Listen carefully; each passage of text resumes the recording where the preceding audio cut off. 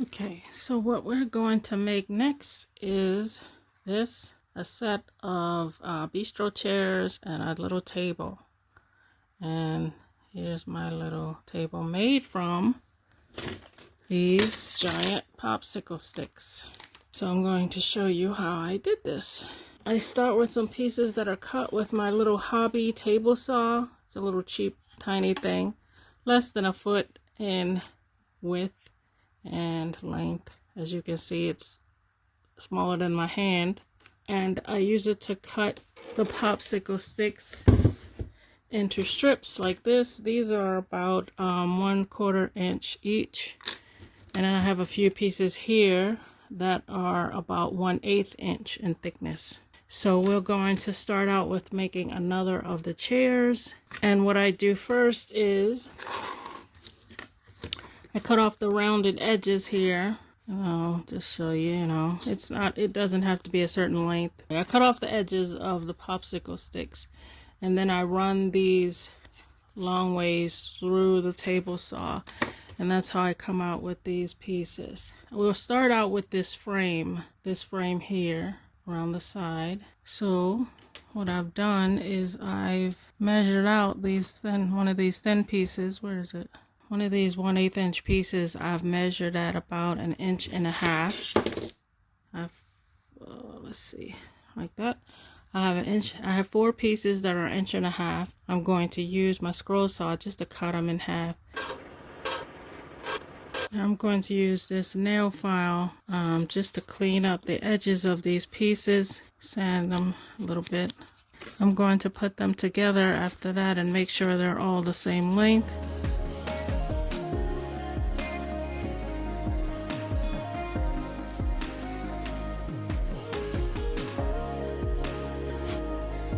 Now that we have our square, we're going to work on the seat part of it, and we're using this 1/4 inch thick pieces to lay across the top. So I'm going to measure out how wide, because I think it ends up not being exactly 1.5 inches. So I'll measure out how wide, and I'm going to use 4 of these on here to make the seat. All right, here we go. So we're going to just, all we're doing is putting glue on the edges.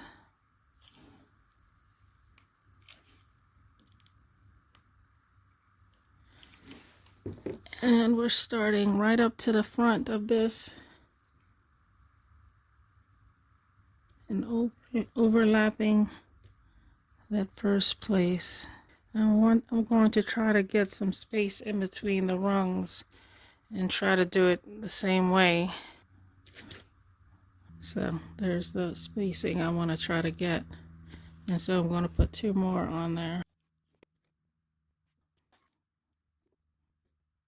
Now, according to the inspirational piece I'm working with, there's a lot of extra space left here. And I guess it's to indicate as if the chair is able to fold. That's the design of folding chairs. They have all that extra space.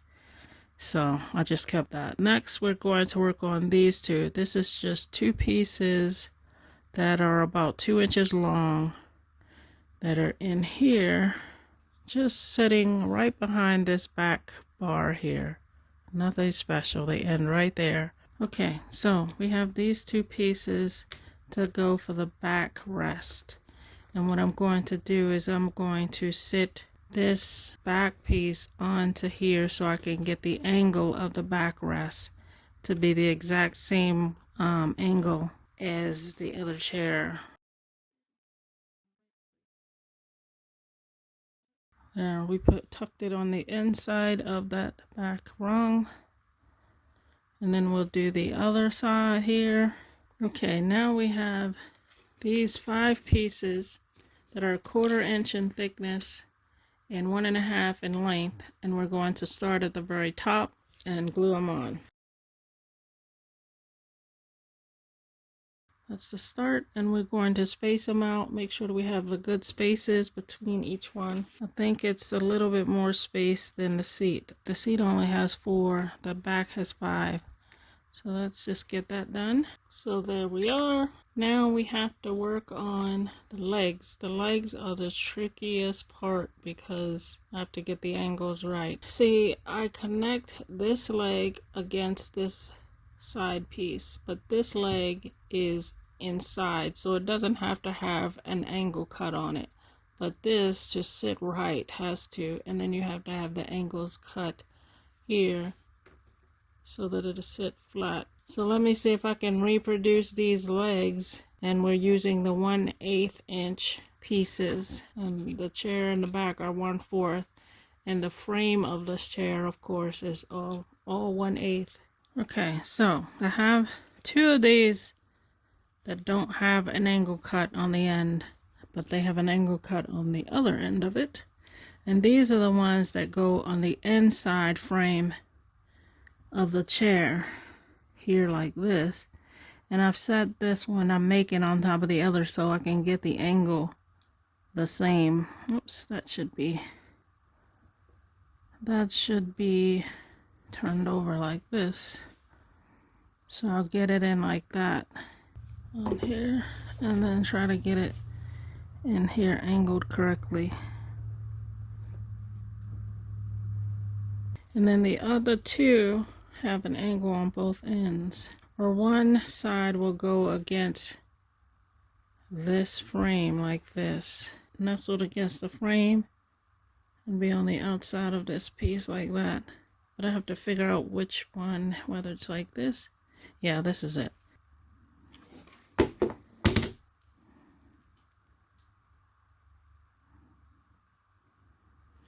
Good, there it is. And then I'll do the other side. The last piece I'm going to put in here is this little short piece here, and I'm just going to put it at the place where the seat crisscrosses to give it that extra bit of support. So there you have the 2 chairs. Okay, now we're ready to make the table. And what I'm doing is using these strips of popsicle sticks. I'm using 1, 2, 3, 6 of them that are 1/2 inch in thickness each. And I'm going to use these 2 pieces that I cut of the popsicle sticks to secure these together. I tried to round the edges to hopefully give a little bit more space between them, but no matter what I've done, it's still really tight, so I'm just going to leave it. I don't want it to look like these are all one piece of solid wood. I want them to look like they're planks.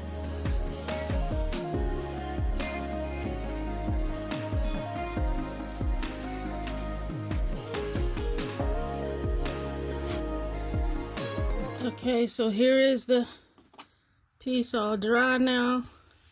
Ink is dry. So I'm going to try to center this on here, this top, and then draw a circle around it and then cut it out. But let's move over to the scroll saw and cut this out. Okay, I have 8 pieces here, 1/8 inch thick pieces of popsicle stick. These are, well, I don't know what these are, it doesn't really matter. I just put a square on the bottom of the table because I'm going to put these in there like this. And what this should do, I hope, is give me something to lean my legs up against so I don't have to cut an angle on both ends of the legs. So I have these 4 legs here, and I cut an angle at one side of them. I don't know what the angle, I don't know what degree the angle is. It's just an angle on one end, and the other end is just straight.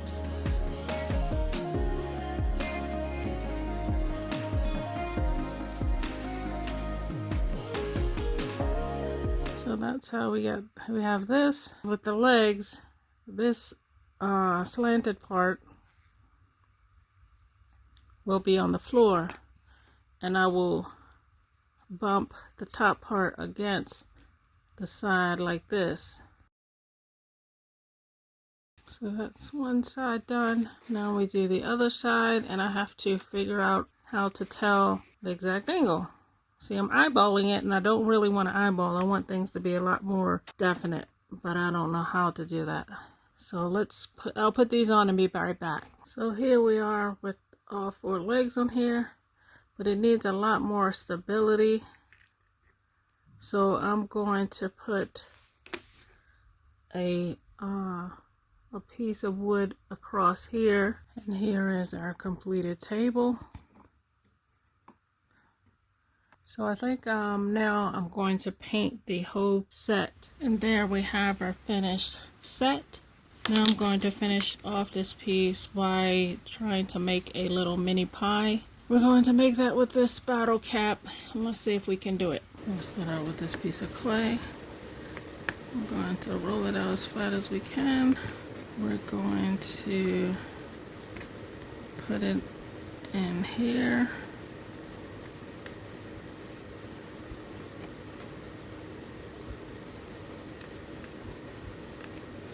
And now we're going to press the sides so that it cuts off the excess. I think that's how we're going to do it.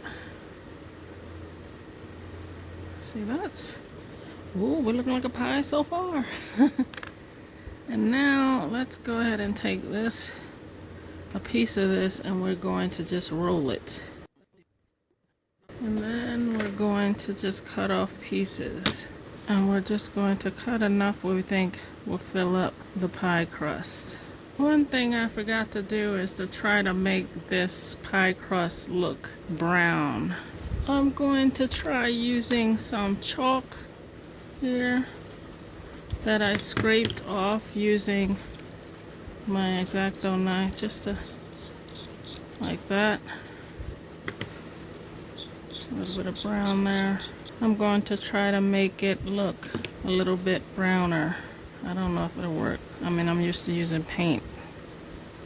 So we'll see if this actually works. So who knows? I don't know what I'm doing, you know that. There's our crust. Look, let's just pretend it looks great. Alright. So now we're going to move to coloring these little guys. I might not use all of these, I don't know. But first we're going to use some glue, and I'm just using the clear glue. I probably don't need to use clear glue. And I'm going to throw in, I think, yellow? Shoot, I don't know. Let's try yellow first. 3 colors. Now we're going to mix them into the glue. I feel like there's a little orange. Let's get some more yellow. Mix it around a bit. Alright, let's just mix these guys in here and hope for the best. I want to do it gently so they don't lose their shape and don't become one big clumpy mess. And then we'll put them in the pie. Let's pretend that looks like apple pie, okay?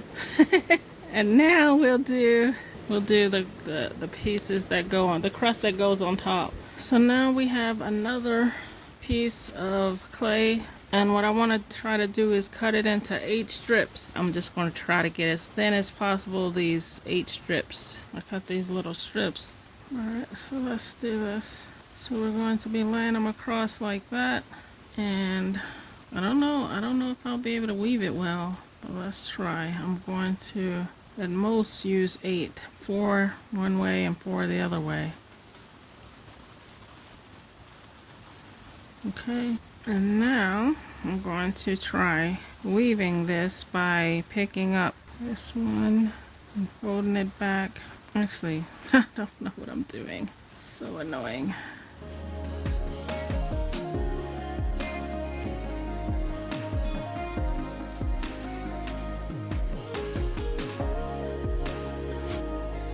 I figured out the trick is definitely in pressing down where you're finished weaving. So now what I want to do is press down on the edges. But there we go.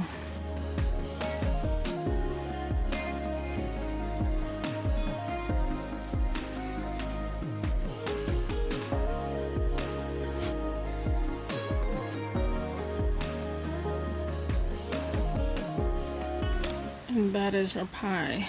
And like I said, I'm going to paint the base silver, which I should have done before I even started, but I forgot.